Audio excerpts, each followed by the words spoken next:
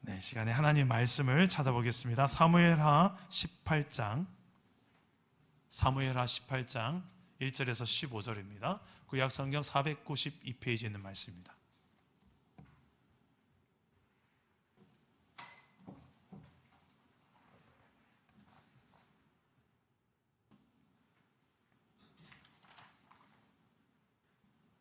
사무엘하 18장 1절에서 15절 말씀,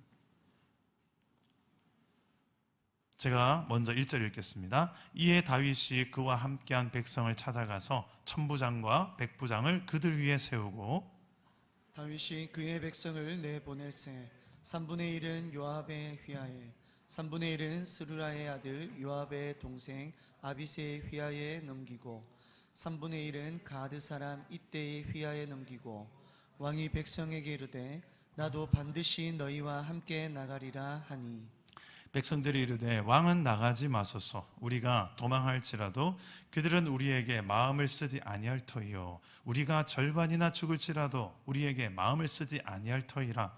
왕은 우리 만면보다 중하오시니 왕은 성읍에 계시다가 우리를 도우심이 좋으니이다 하니라.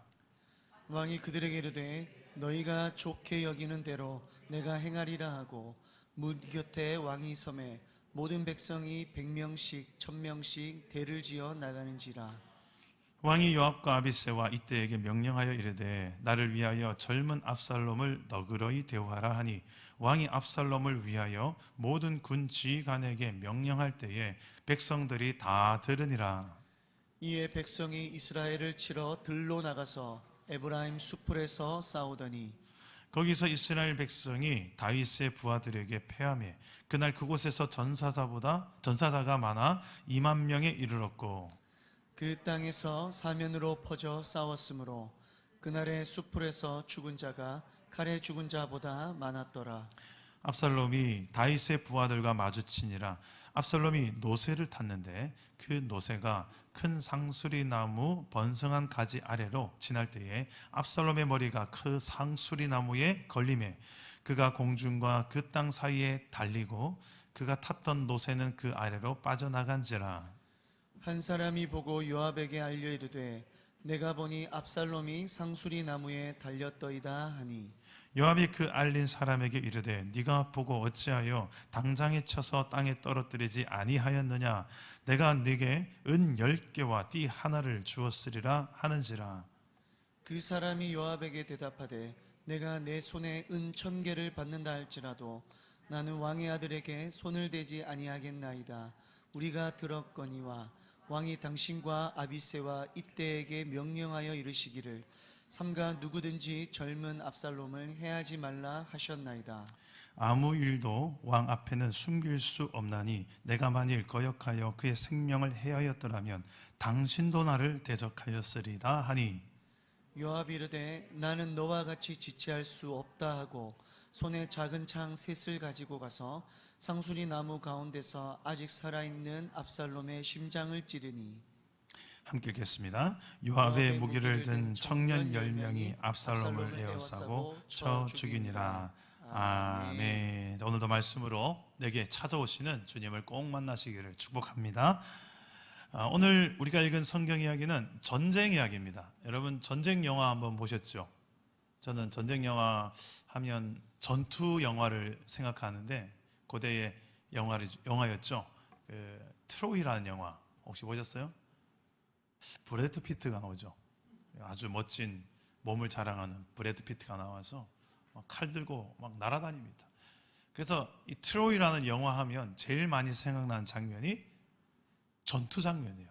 어떻게 싸웠는지, 어떻게 누가 싸워서 어떻게 이겼는지 제일 궁금한 게 전쟁 영화는 그거잖아요.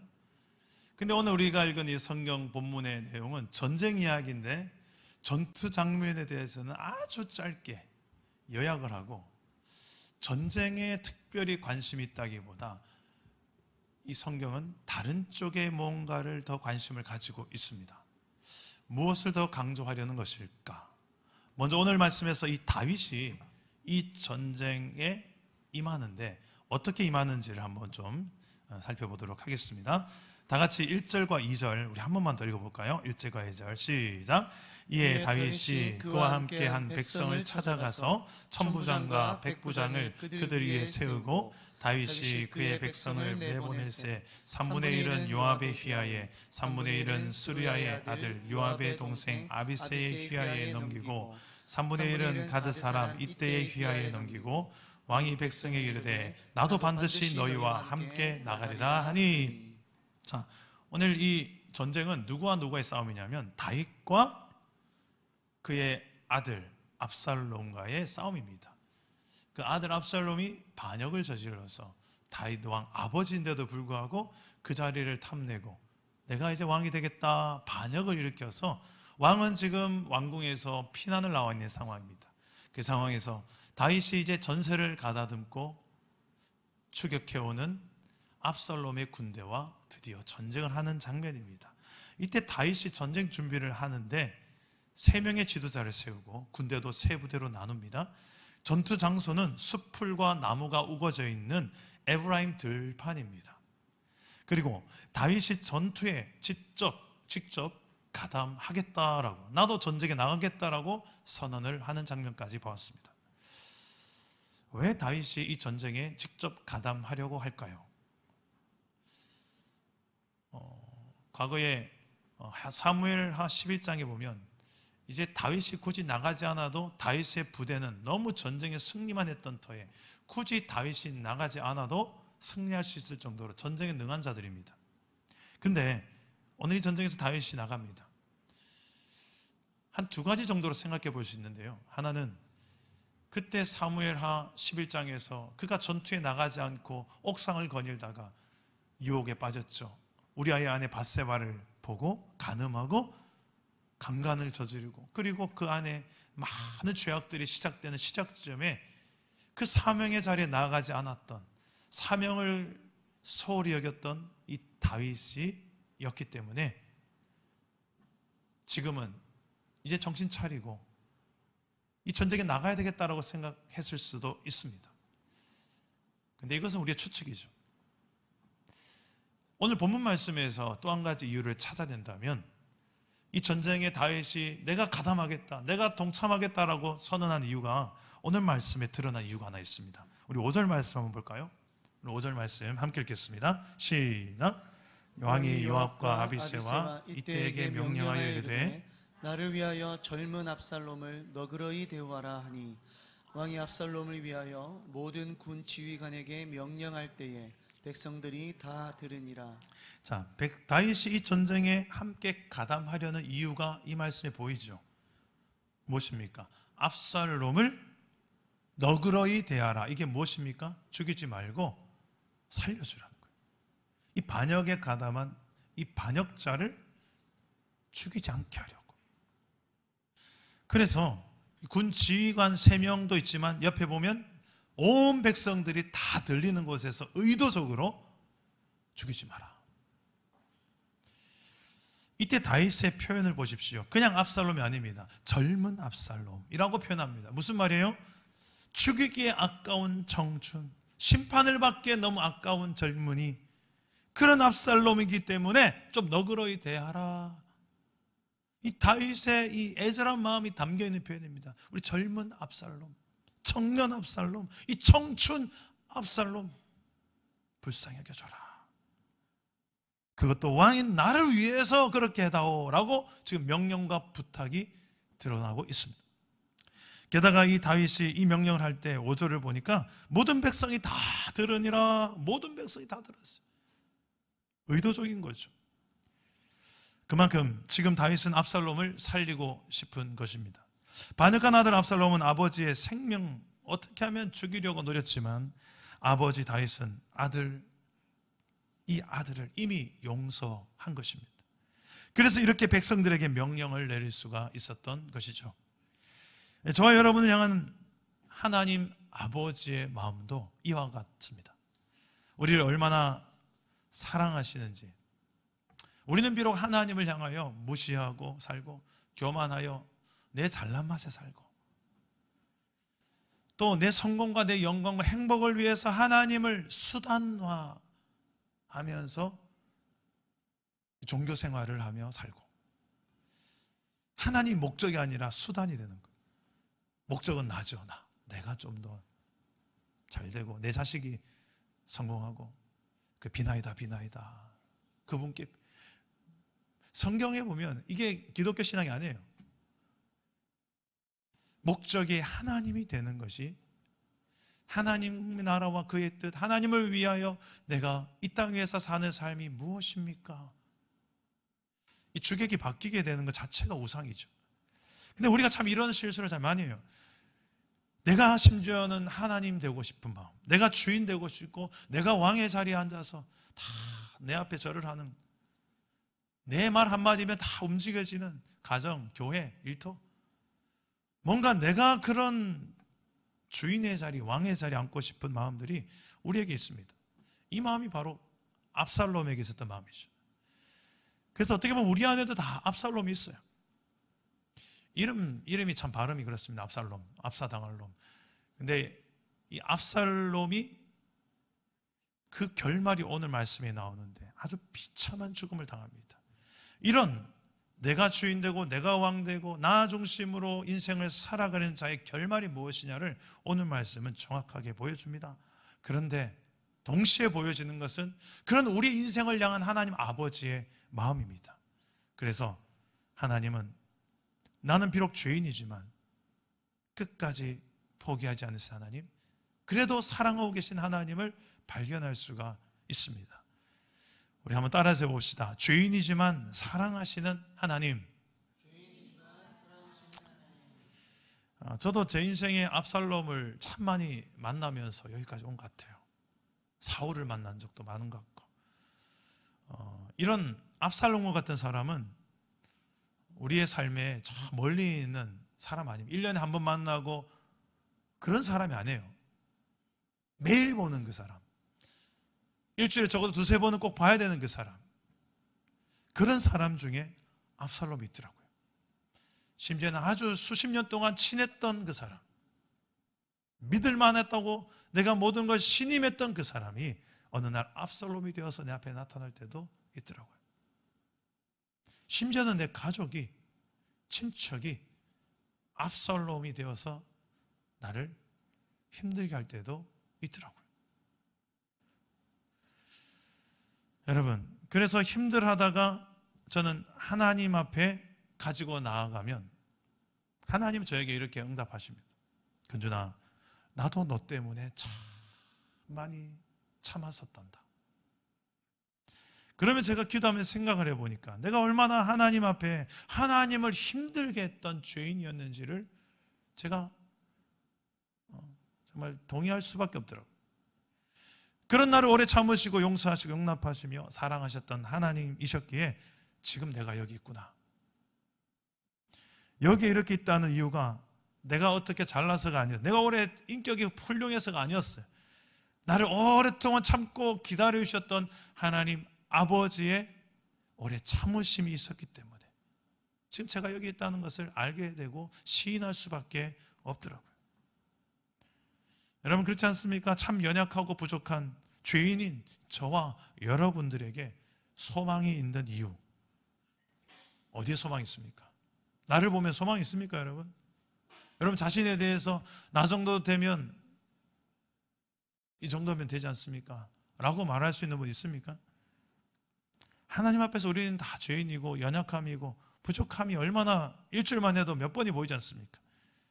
이런 나에게 소망이 있다는 것은 아직 잘 모르는 거예요. 내가 소망이 아니라 우리가 믿고 의지하는 하나님 아버지께서 우리의 소망이 되신 줄 믿으시기를 바랍니다. 그럼에도 불구하고 나를 사랑하고 계시고 기다려주시는, 나를 향해서 너그러이 대하시는 하나님의 인자한 사랑이 있기 때문에 우리가 소망이 있는 줄 믿으시기를 바랍니다. 집 나간 탕자처럼 죄악의 길을 이제 뉘우치고 돌이켜 하나님의 아버지의 품 안으로 돌아와야 됩니다. 회개해야 됩니다. 이런 하나님이 날 사랑하시는 그 사랑, 오케이, 땡큐, 끝, 이게 아니에요. 그 뒤의 내용을 보시면 하나님 변함없이 우리 인생을 향하여 사랑하고 계시지만, 그래서 이젠 우리가 해야 될 반응이 있는 거예요. 하나님은 죄인은 사랑하셔서 인자와 은혜로 사랑을 베풀기 원하시지만 동시에 하나님은 정의의 하나님이시기 때문에 그렇습니다. 공의의 하나님, 의로우신 하나님, 죄에 대해서는 반드시 벌하셔야만 되는 죄와 상관없는 하나님, 그런 거룩하신 하나님이시기 때문에 그 하나님의 나라는 죄가 들어올 수 없는 나라이기 때문에 하나님이 통치하시는 통치의 영역, 하나님의 영역 구역에는 죄가 들어올 수 없기 때문에 이 죄는 반드시 벌해야 되고 죄는 반드시 해결해야 되는 거예요. 그게 하나님의 통치 원리이기 때문에 그렇습니다. 이게 또한 우리를 사랑하시는 사랑입니다.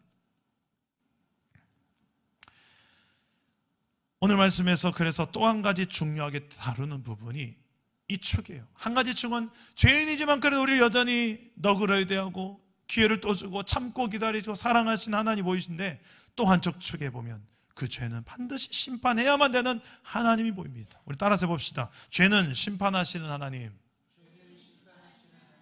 6절에서 8절 말씀을 보면 이 간략하게 전쟁 내용의 결과를 요약해서 기록합니다. 에브라임 수풀에서 전쟁을 치렀는데 다윗 군대가 승리하죠. 압살롬 군대는 패배합니다. 죽은 전사자가 너무 많아서 2만 명이나 죽었다라고 기록합니다. 이것은 하나님의 정의와 하나님의 심판이 이루어진 것으로 보시면 됩니다. 에브라임 수풀은 마치 하나님이 지금 매설해 놓으신 함정과도 같아서 압살롬 군대가 칼에 의해서 죽은 사람보다 수풀에서 이동 중에 죽은 사람이 더 많았다고 기록합니다. 하나님을 떠나 반역한 자들의 결과, 나 중심으로 내가 높아지기 위해서 나의 왕국을 위해서 반역을 일으키고 그 결과는 무엇입니까? 하나님의 이런 무서운 심판이 기다리고 있다는 것입니다. 이 간단하게 전쟁을 정리하고는 성경은 많은 분량에 차지하게 한 사람을 집중하며 기록합니다. 그게 누구입니까? 압살롬이에요. 압살롬의 결말을 성경은 아주 주목해서 기록합니다. 우리 다 같이 어떻게 그가 죽는지를 한번 살펴볼 텐데요. 9절 말씀을 한번 보겠습니다. 9절 다 같이 읽겠습니다. 시작. 압살롬이 다윗의 부하들과 마주치니라. 압살롬이 노새를 탔는데 그 노새가 큰 상수리 나무 번성한 가지 아래로 지날 때에 압살롬의 머리가 그 상수리 나무에 걸림에 그가 공중과 그 땅 사이에 달리고 그가 탔던 노새는 그 아래로 빠져나간지라. 아멘. 자, 전투 장면 중에서 이 압살롬은 노새를 탔습니다. 이게 말과 당나귀를 그러니까 인종 교배에서 만든 이 노새가 아주 힘이 좋대요. 그래서 왕궁에서 주로 많이 활용을 했다고 합니다. 이 노새를 타고 자신이 왕이라고 이게 말도 이렇게 왕이 타는 말로 이렇게 노새를 탄 거죠. 노새를 타고 이동하는데 그가 상수리 나무 아래를 지나다가 긴 머리카락이 상수리 나무에 턱 엉켜서 걸린 거예요. 그러니까 노새는 달리다가 그냥 앞으로 계속 달려가고 떨렁 남은 것은 압살롬만 대롱대롱 나무에 이렇게 매달려 있는 상황입니다. 이 압살롬에게 있어서 이 머리카락은 그를 가장 잘 드러내는 모습이에요. 압살롬은 가장 그의 특징이라고 한다면 외모가 비주얼이 대단했다라고 성경은 이야기합니다. 이 사무엘하 14장에 보니까 온 이스라엘 가운데 압살롬같이 아름다움으로 크게 칭찬받는 자가 없었다. 그는 발바닥부터 정수리까지 흠이 없이 완벽한 조각상 미남이었어요. 저처럼 말이죠. 저처럼. 그의 머리털이 무거움으로 얼마나 이게 머리털이 많았으면 깎는데 1년에 한 번 정도 깎는데요. 그것은 무게를 재어보니까 200세겔 정도, 약 한 2kg 정도 된다고 합니다. 엄청난 길이의 머리카락 1년에 한 번 자르는, 온 이스라엘에서 이 압살롬보다 외모를 칭찬받을 만한 사람은 없었습니다. 그런 그가 가장 장점이라고 생각했던 외모의 상징인 이 긴 머리가 지금 덫이 되어져서 걸려서 죽을 위기에 처해지는 거예요. 때로는 우리 인생의 장점이 단점이 되는 경우가 있습니다. 왜 그렇습니까? 그 장점을 제대로 하나님의 뜻에 합하게 사용하지 못할 때, 죄 짓는 도구로 사용할 때, 교만한 길로 갈 때 사용할 때, 나 중심적으로 나의 왕국을 만들려고만 사용할 때 그 장점은 더 이상 장점이 아니고 내 발목을 잡는 단점이 될 수 있다는 것입니다. 자, 나무에 대롱대롱 매달려 있는 압살롬을 본 다윗의 부하가 지휘관 요압에게 고발을 합니다. 자, 보고를 하는데 요압 장군은 그에게 이야기합니다. 이 보고한 자에게 왜 그 압살롬을 바로 죽이지 않았느냐? 만약 네가 그 자리에 죽였더라면 내가 은 10개와 띠 1개로 보상을 줬을 것인데 라고 하면서 지금이라도 달려가서 죽이지 않겠니? 라고 부추기듯이 이야기합니다. 그런데 그는 거절합니다. 왜? 다윗 왕이 명령을 했기 때문에 그를 죽이지 말고 너그러이 대하라고 우리 온 이스라엘 백성들이 다 있는 자리에서 말씀하지 않았습니까? 그러자 이 압살롬은 더 이상 지체할 수 없어서 작은 창 3개를 들고 가서 대롱대롱 매달리는 압살롬의 심장을 찔러 죽입니다. 창 3개가, 작은 창 3개를 들고 와요. 이 작은 창은 휴대하기 편하겠죠. 빨리 가는 데는 훨씬 더 용이할 것입니다. 말 타고. 그것도 하나가 아니라 3개입니다. 우리 예상할 수 있겠죠. 하나로 찔러서 안 죽으면 2개를 찌르고, 2개로 찔러서 안 죽으면 3개를 찔러 죽이고, 어떻게든 죽이겠다는 거였어요. 그리고 그걸로도 모자라서 이 요압 장군 옆에 있는 무기를 든 청년들 10명에게 명령합니다. 쳐 죽여라. 생각해 보세요. 지금 압살롬은 나무에 대롱대롱 매달려 있어요. 방어할 수도 없어요. 그 심장을 찌르고 옆에 있는 10명의 군사들이 때려서 죽입니다. 맞아 죽습니다. 여러분 생각해 보십시오. 온 이스라엘에서 가장 아름다운 외모를 가진 조각상 같은 미남이 어디 하나 상처나도 하고 어떻게 하나 싶을 그 외모가 지금 정말 비참함의 극치를 보여주는 대롱대롱 매달려서 두드려 맞아 죽습니다. 상에 찔려 죽습니다. 이렇게까지 비참한 죽음을 성경이 적나라하게 기록한 이유는 무엇일까요? 죄의 결말은 이와 같다. 우리는 참 죄를 너무 쉽게 여기지만 이 죄라는 것의 결말이 이와 같이 비참한 것이다. 신명기 21장 23절에 보면 이런 말씀이 있습니다. 나무에 달린 자는 하나님께 저주를 받았음이니라. 구약의 이스라엘 백성들은 누구나 다 알았던 사실이에요. 나무에 달려서 죽게 된 것은 저주의 상징으로 알고 있었어요.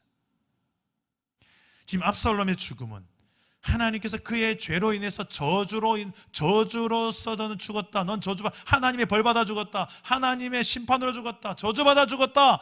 이것을 지금 드러내고 있는 거예요. 다시 말해서 압살롬이 저기에 매달려 죽은 것은 우연이 아니라는 거예요. 하나님의 심판을 당해 죽었다는 거예요. 그런데 성경에 보니까 나무에 달려 죽은 또 한 사람이 나옵니다. 그게 누구냐면 우리가 믿는 예수님입니다. 예수님은 예수님의 죄 때문에 저주를 받아서 십자가에 달려 죽으신 게 아니라 우리의 죄를 대신해서 저주를 받기 위해 십자가에서 죽어주신 분이십니다. 예수님은 옆구리에, 심장이 아니라 옆구리에 창이 찔리셨습니다. 그곳에서 물과 피가 쏟아져 내려 죽으셨습니다. 예수님이 당한 십자가의 죽음은 저와 여러분들을 위한 대신 죽은, 대신 저주를 받은 죽음이라고 이렇게 이야기합니다. 우리 갈라디아서 3장 13절 말씀을 다 같이 한번 읽어봅시다. 화면을 보시고 시작. 그리스도께서 우리를 위하여 저주를 받은 바 되사 율법의 저주에서 우리를 속량하셨으니 기록된 바 나무에 달린 자마다 저주 아래에 있는 자라 하였음이라. 아멘. 자, 성경은 이렇게 말하죠. 예수님의 십자가의 죽음이 곧 우리를 위하여 대신 저주를 받아 죽은 것이다 라고. 이제 그런데 누구든지 이 우리를 대신해서 저주를 받아 죽으신, 우리 죄 때문에 그가 대신 죽으신 그분을 믿기만 하면 우리는 더 이상 저주받을 죄인이라고 하나님이 칭하지 않으시고 심판에 이르지 않게 하시고 우리를 예수님 때문에 의인이라 칭해 주시고 영원한 하나님의 나라를 우리에게 주시고 하나님 나라 백성이요 하나님의 자녀로 우리를 삼아 주신 줄 믿으시기를 주님의 이름으로 축복합니다. 이 사실을 로마서 3장에서는 이렇게 기록합니다. 우리 함께 같이 한번 읽어봅시다. 시작. 모든 사람이 죄를 범하였음에 하나님의 영광에 이르지 못하더니 그리스도 예수 안에 있는 속량으로 말미암아 하나님의 은혜로 값없이 의롭다 하심을 얻은 자 되었느니라. 모든 사람이 다 죄를 지었다. 성경은 이래요. 저도 여러분도 다 죄인이래요. 하나님 보실 때는 죄 없는 사람 없는 거예요. 이 자리에 앉은 사람, 나는 의인인데요, 내가 뭔 죄 지었습니까? 조금만 생각해 보세요. 한 주간만 멀리 보지 마시고 이번 한 주간만 돌아보세요. 마음으로, 생각으로 지은 죄, 말로 지은 죄, 행동으로 지은 죄, 하나님 뜻을 알면서도 모른 채 하는 죄, 내 자존심 때문에 기어이 내 뜻대로 해버린 죄 얼마나 많습니까? 내 방식대로 고집하는 죄 얼마나 많습니까? 이런 우리의 죄 때문에 예수님께서 2000년 전에 십자가에서 저주를 대신 받아 죽어 주신 것이다 라고 성경은 이야기하는 거예요. 누구나 다 죄인이지만 우리의 소망이 되기 위해 예수님이 십자가에서 저주를 받아주신 겁니다. 그분을 믿는 자마다 이제는 의인이다. 왜? 내가 너희를 대신해서 내 아들을 저주의 창직인 나무에 매달아 죽였기 때문이다. 이게 하나님의 의로우심이에요. 우리를 향한 하나님의 의를 너희는 믿으라고 그래요. 내 의를 내세우고 내 의를 자꾸 쌓으려고 하지 마세요. 우리는 그래봤자 죄인이에요. 그래봤자 하나님은 넌 죄인이야. 넌 죄인이라고. 착한 체 하지 말고 넌 죄인이라고 하나님 앞에 인정해야 돼요. 그때 비로소 진짜 의가 뭔지를 알게 됩니다. 아, 내 안에 계신 대신 저주받으신 예수님이 진짜 나의 의로움이 되시는구나. 할렐루야. 이 소식을 정말 알고 믿은 사람은 어떻게 살아야 될까요? 여러분 어떻게 살아야 될까요? 이 놀라운 소식을 우리가 성경을 통해서 알고 듣게 될 때마다 내 마음속에 이제 이렇게 살아야 되겠다. 어떤 다짐을 해야 되겠습니까? 모세가 저는 떠올라요. 모세는 이스라엘 백성들이 범죄했는데 하나님 앞에 중보 기도할 때 이렇게 기도했어요. 하나님, 제 이름을 생명책에 지어주시고 저들을 구원해 주옵소서. 나는 지옥 가도 괜찮습니다. 저 사람들 살려주십시오 라고까지 기도한 거예요. 내 구원을 걸고 저 사람들을 너그러이 대하는 이 모세의 기도를 보면서 저는 참 예수님이 보였어요. 그래, 하나님의 은혜를 아는 사람은 이런 기도를 할 수 있고 이런 삶을 살아갈 수 있겠구나. 여러분 지금 누구 때문에 가장 마음고생을 하십니까? 한 주간만 뒤로 돌아봤을 때 내 가슴에 계속 못을 박는 사람은 누구입니까? 치가 갈리는 그 한 사람 누구입니까? 여러분 그 사람을 어떻게 내가 너그러운 말로, 너그러운 표정으로 그에게 대할 수 있을까요? 로마서 5장에서 우리에게 이렇게 하나님은 너를 너그러이 대했다고 말씀하십니다. 네가 아직 연약할 때, 네가 아직 죄인일 때, 네가 아직 하나님과 원수처럼 지낼 그때 나는 너에게 아들을 줬다. 난 여전히 널 사랑했다. 그래서 난 내 아들을 그 저주의 십자가에 매달았다. 네가 잘나서가 아니고. 그 사랑을 믿고 경험한다면 그렇게 나도 내 삶 속에 일어나는 수많은 억울한 상황, 다윗처럼 원통한 상황, 아들이 나를 죽이려 하는 이 비참한 상황, 그 상황에서도 그 아들을 너그러이 대할 수 있는 이 사랑을 우리가 또한 잘 실천할 수 있기까지 성장하고 성숙하는 저와 여러분 되기를 주님 이름으로 축복합니다. 요한일서 4장 11절과 12절에 우리가 이렇게 살아야 된다라고 이야기해요. 이 은혜와 사랑을, 너그러운 하나님의 사랑을 경험한 사람은 이렇게 살아야 된다. 우리 함께 읽어봅시다. 시작. 사랑하는 자들아, 하나님이 이같이 우리를 사랑하셨은즉 우리도 서로 사랑하는 것이 마땅하도다. 어느 때나 하나님을 본 사람이 없으되 만일 우리가 서로 사랑하면 하나님이 우리 안에 거하시고 그의 사랑이 우리 안에 온전히 이루어지느니라. 아멘. 말씀을 맺겠습니다. 다윗과 요압의 차이가 뭘까요? 다윗은 지금 죄인을 향한 하나님의 마음을 알아버렸어요. 어떻게 알았을까? 자신도 그런 죄를 지었거든요. 자신의 자식이 지금 죄의 길로 내딛고 저 길로 가면 분명히 심판인데 그걸 보면서 거울 삼아서 자식을 보면서 자신의 죄를 이렇게 보는 거예요. 그 하나님의 사랑을 아는 자가 바로 다윗이었고, 그래서 나도 너그레 대할 수 있었던 게 다윗이었고, 그러나 이것을 모르는 자 여전히 바로 요압입니다.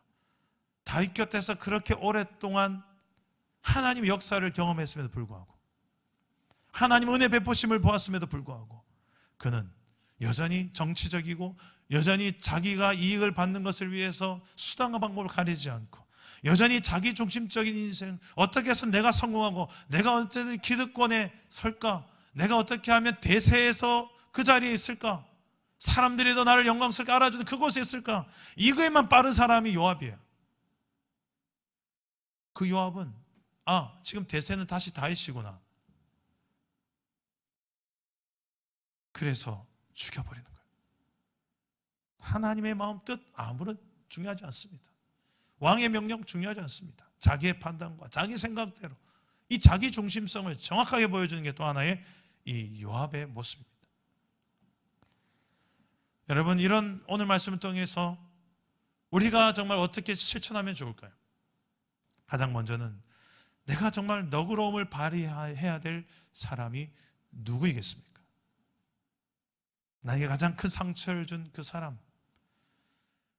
여러분, 그 사람을 향하여서 내가 받은 하나님께 받은 그 너그러운 은혜를 이젠 내가 그 사람을 향하여서 너그러운 은혜를 베풀어야 될 때예요. 속에서 막 이런 게 올라와도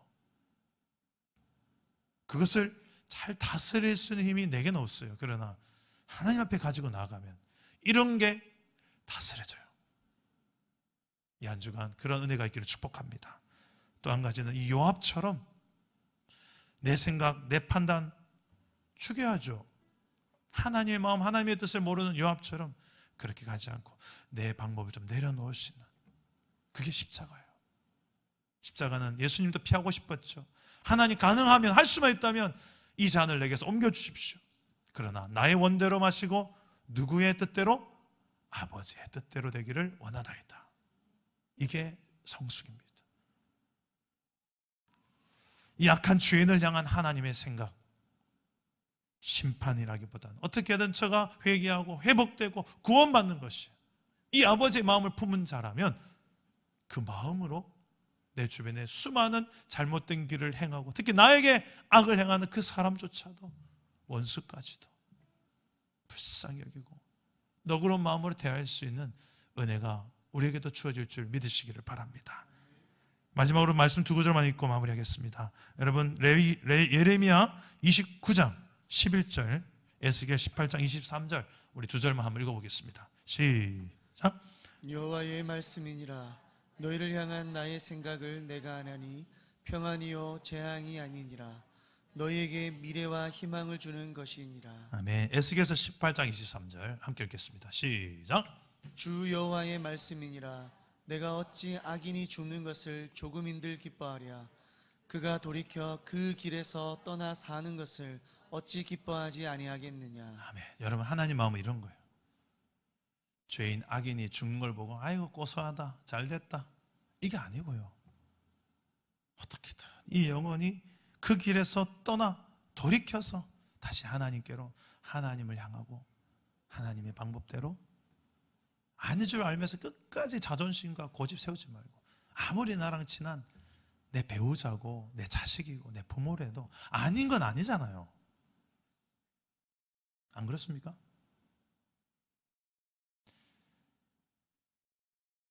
이거 아니에요. 돌이키세요. 돌이켜야죠. 제가 기도합니다. 그게 사랑이죠. 오늘 이 말씀이 여러분 삶에 그대로 잘 적용되어져서 다시 한 번 더 회복의 은혜가 우리의 삶에 임하기를 주님의 이름으로 축복합니다. 오늘 말씀을 생각하면서 우리 함께 찬양하고 기도하실 텐데요, 이런 다윗의 마음을 가지고 세상 가운데 나아가기를 소망하며 찬양합시다. 비록 세상이 우리를 모른다 할지라도 우리는 아버지의 마음을 가지고 나아갈 수 있기를 축복합니다. 우리 함께 찬양할까요? 세상이 당신을 모른다 하여도 주님은 그 이름 마음에 새겼네. 세상이 주 이름 모른다 하기에 오늘도 그 이름 열방에 새기리. 다시 한번 세상이 당신을 모른다 하여도 주님은 그 이름 마음에 새겼네. 세상이 주 이름 모른다 하기에 오늘도 그 이름 열방에 새기리. 땅의 모든 끝이 돌아오리라. 땅의 모든 끝이 주께 돌아보게 되리. 잃어버린 영혼을 향한 아버지의 꿈 당신의 삶을 통해 이루어지리. 세상이 당신을 모른다 하여도 주님은 그 이름 마음에 새겼네. 세상이 주 이름 모른다 하기에 오늘도 그 이름 열방에 새기니. 다시 한번 이 찬양 부를 때는 여러분, 이 찬양을 작곡한 우리 윤주형 이분이 이 곡을 쓰게 된 배경이 있더라고요. 선교사님들이 선교 보고를 하는데 그 중에 한 선교사님이 잊을 수 없었던 보고를 합니다. 아주 오랜 세월 동안에 선교지에서 선교사역을 했는데 다른 선교사들처럼 뭔가 내놓을 열매가 없더래요. 그렇게 오랫동안 선교지에 있었으면 적어도 교회는 하나 지어야 되고 많은 사람들이 회심이 일어나고 그래야 되는데 왜 나는 이런 변화가 없을까요? 그런 열매가 너무 저조한 것 때문에 낙심하는 그 한 선교사님, 그 선교사님에게 이 찬양을 작곡해서, 그러나 그 선교사님이 얼마나 하나님의 뜻 가운데 신실하게 또 사역하고 있는지, 그 선교사님의 수고가 헛되지 않아서 반드시 또 하나님 나라가 이루어지는데 귀한 또한 씨앗이 되지 않을까, 이런 믿음으로 작곡한 노래라고 합니다. 여러분, 오늘 우리의 삶도 그렇지 않습니까? 당장 열매가 보이지 않고 하나님의 뜻과 하나님 마음과 하나님 방법대로 이 세상 속에 살아간다는 게 저 사람 그런다고 바뀔 것 같지 않고요, 이 상황이 특별히 바뀔 것 같지 않아요. 오히려 나만 바보 될 것 같고 그럴 때가 많아요. 그럴지라도 우리를 감찰하시는 분, 우리를 끝까지 바라보고 계시는 분, 그분을 바라보며 나의 이 길, 하나님 마음을 품고 걸어간 이 길을 끝까지 걸어가게 하여 주옵소서. 우리의 마음을 담아서 우리 한 번 더 찬양하고 기도하겠습니다. 세상이 당신을 모른다 하여도 주님은 아십니다. 세상이 당신을 모른다 하여도 주님은 그 이름 마음에 새겼네.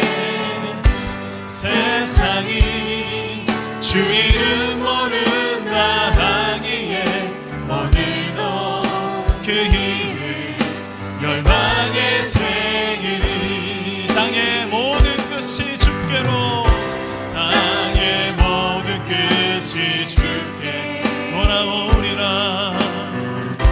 돌아보게 되니 잃어버린 영혼들 향한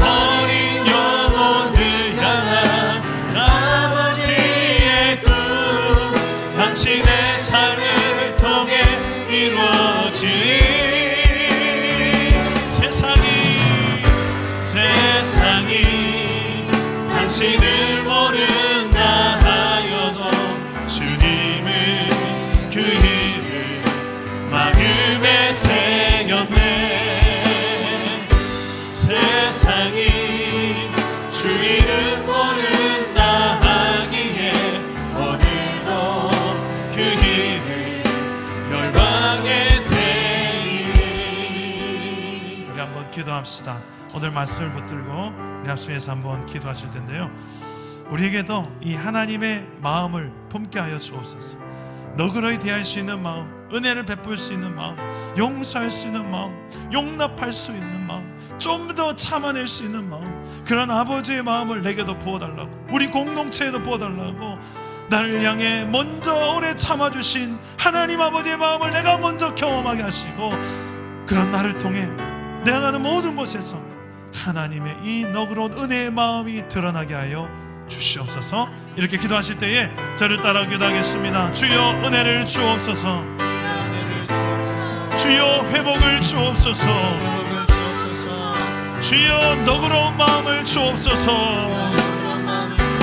기도합니다. 하나님, 우리가 이런 너그러운 하나님의 마음을 담아서 죄인이지만 끝까지 우리를 기다려주시고 참아내시고 용납하신 하나님 아버지요, 그럼에도 불구하고 회개하지 않고 끝까지 고집하며 각기 제 길로 가는 아버지 하나님의 어리석은 이 압살롬의 길을 걷지 않도록 주여 속히 회개의 길로 돌이킬 수 있도록 성령이여 도와주시옵소서. 하나님, 이런 상처와 결핍과 우리 안에 이 사명을 감당치 않은 우리의 모든 죄악들, 우리 안에 하나님 아니란 우리의 마음들, 우리의 게으름, 우리의 연약함과 이 부족함, 이런 나 중심적인 내가 주인되고 왕되어오고 싶은 이 마음들, 이 모든 높아진 마음들로 인하여서 아버지 하나님 더 이상 악의 악순환이 계속되지 않도록, 죄의 악순환이 계속되지 않도록 성령이여 막아주시고 도와주십시오.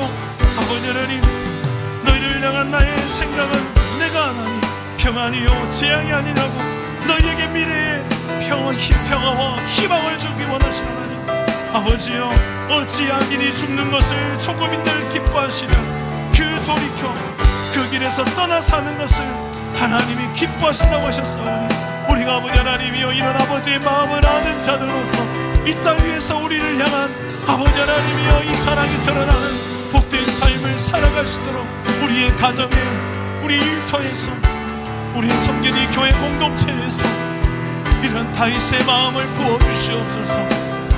오 주님, 살아계신 하나님, 우리도 다윗처럼 인생을 통하여 하나님 아버지의 마음을 배우게 하여 주시옵소서. 죄인이지만, 연약한 부족한 그런 죄인이지만, 그럼에도 불구하고 너그러이 대하라고 끝까지 더 참으려고 하시는 그 하나님의 마음을 우리도 품고 세상 속에 나아가 가정과 일터에서 또 교회 공동체에서 나를 힘겹게 하고 내 가슴에 가시 같은 존재가 아버지 하나님, 우리가 똑같이 이에는 일, 눈에 눈으로 갚는 자들이 아니라 하나님의 이 너그러운 마음으로 내가 대신 저주의 십자가에 매달리는 그 마음으로 이 영혼을 불쌍히 여기는 마음을 우리에게도 허락하여 주시옵소서. 너를 향한 나의 생각은 평안이고 재앙이 아니라고, 미래와 희망을 주는 것이라고, 어찌 악인이 죽는 것을 조금인들 기뻐하겠냐고, 내가 어찌 악인이 그 죄를 떠나 그 길을 떠나 사는 것을 어찌 기뻐하지 않겠냐고 오늘 우리에게 말씀하신 이 말씀처럼 우리도 이 악인을 대할 때, 나를 힘겹게 하는 그들을 대할 때 아버지요, 그리스도의 마음으로, 넉넉한 마음으로 대할 수 있도록 이 한 주간 더 십자가 앞으로 나아가는 복된 하루가 되게 하여 주시옵소서. 아멘. 주님께서 우리 인생 가운데 이런 역사들을 일으켜 주시길 소망하오며 예수님의 이름으로 기도합니다. 아멘.